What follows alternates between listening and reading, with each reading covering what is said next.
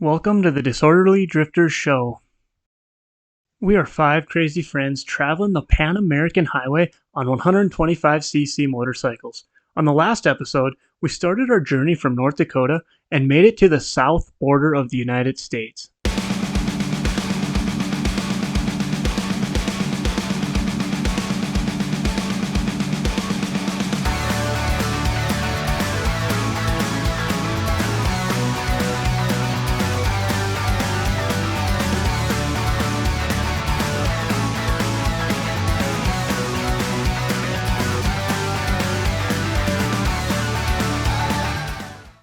At the Mexican border crossing, we weren't sure where to go. We ended up riding right through the border without anyone stopping us or waving us down. We suddenly realized we were in Mexico. Hoping we didn't just enter Mexico illegally, we had to turn around and make sure we could get our FMM, which is our tourist visa, and our TIP, which is our motorcycles tourist visa. We headed back to the border. After explaining we did not want to re-enter the United States, and finally finding the right buildings, and a 5.5-hour wait to get our paperwork we needed for our bikes, we were finally legally in Mexico.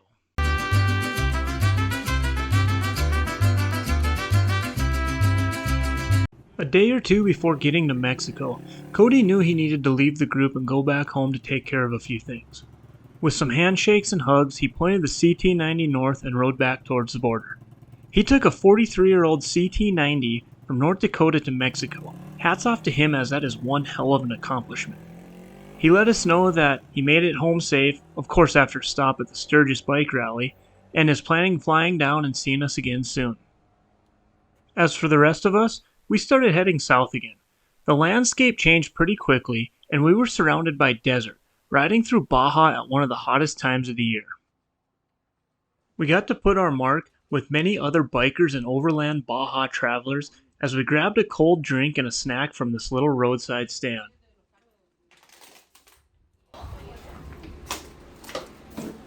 Hello.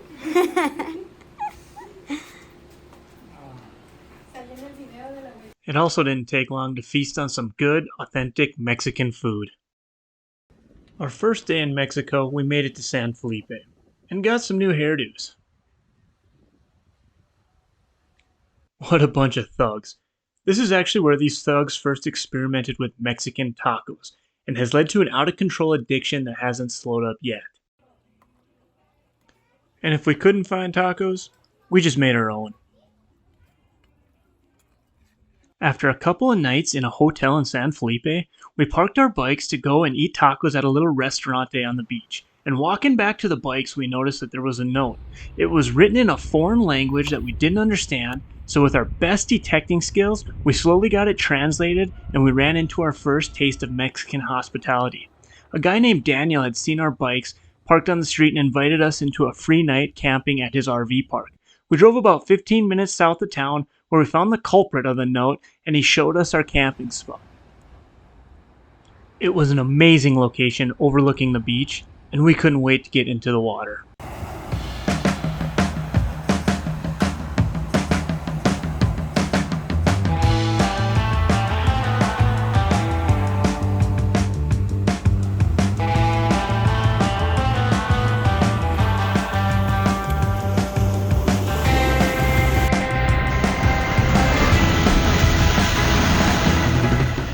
We had been told by our friends from the Fuel Stop Chats podcast that we needed to make a stop to see Coco at Cocos Corner. The turn can be easy to drive past if you're not looking. Bye, Austy. But we were excited to meet Coco. Coco is an 82-year-old man who lost his legs due to diabetes and has been living in a shack for 24 years, making a living selling cold drinks to Baja travelers. And a cold beer sounded good about now.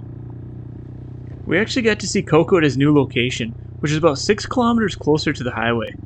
We rolled up on the gravel road to see his new shack, complete with donated underwear hanging up outside, and Coco sitting in the doorway as if he were waiting for us. The first thing he said, "You ride those baby motorcycles down here?" Everyone who goes through needs to stop and sign the book. Coco's prized list of signatures, addresses, and greetings from all who have stopped to visit him. He has over 24,000 people sign his books over the years. He offered us a beer and brought out his book for us. Coco explained how he just moved to this new location closer to the highway, and that his new shack was built only a few months ago. He said he hasn't seen many bikers over the last few months, and now with a better view of many passing vehicles, he wondered why more bikers didn't stop by to see him. He loves having visitors and wishes everyone who drove by would stop and say hi to him. Along with the thousands of signatures Coco has gotten over the years, he has also had over 1,500 pairs of panties donated to him to decorate the walls of his shack. So Courtney quickly unpacked a pair of booty shorts. Coco told us that Courtney's underwear were only the third pair given to him in this new shack, so they were given a prime location. He told us to nail them up right above the doorway. So if you ever find yourself traveling through Baja, be sure and stop and see the third pair of underwear hung at Cocos Corner. So after our cold beer and chat with Coco, stickers stuck on the windows and panties hung, we all shook Coco's hand and said our goodbyes as it was time to head out. Now after Cocos, we kept making our way down the Baja and decided to ride over to the left coast to get our first glimpse of the Pacific.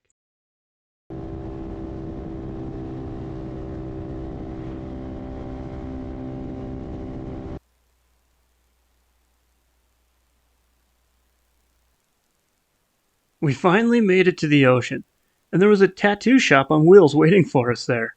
We contemplated if we should get tattoos or not. I mean, the place did seem real legit.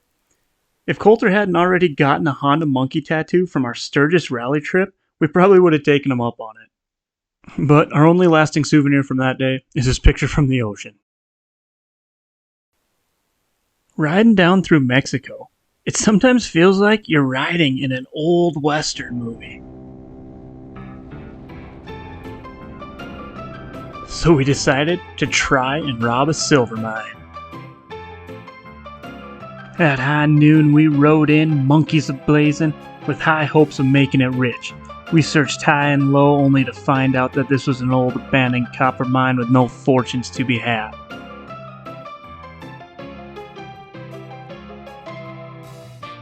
So in true disorderly outlaw fashion, we left our mark where everyone could see before we could hightail it out of town.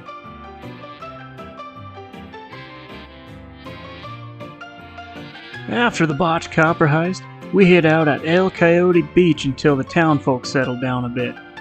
And here we made camp and planned on riding off into the sunset.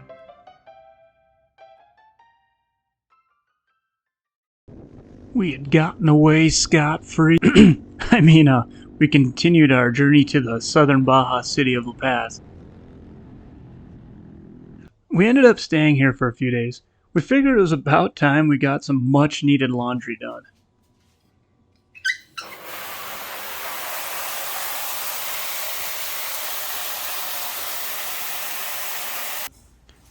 And also a good time to get some new kicks for the monkeys, as Austy shows us an old trick of his on how to break and seat the bead of a motorcycle tire while traveling without a tire shop. We all bring our own superpowers to make the group. Austy and Colter are definitely the mechanics though. They've been doing a great job along the way on teaching me and Courtney about how to care and maintenance our Hondas.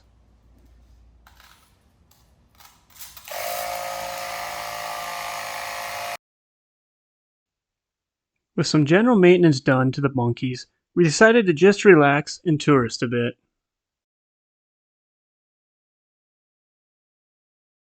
There wasn't much more Baja Peninsula for us to ride, so we looked at our options for crossing the Gulf of California. Attempting to ford it and cocking the motos and floating it didn't seem like our safest bets, so we decided to take the ferry.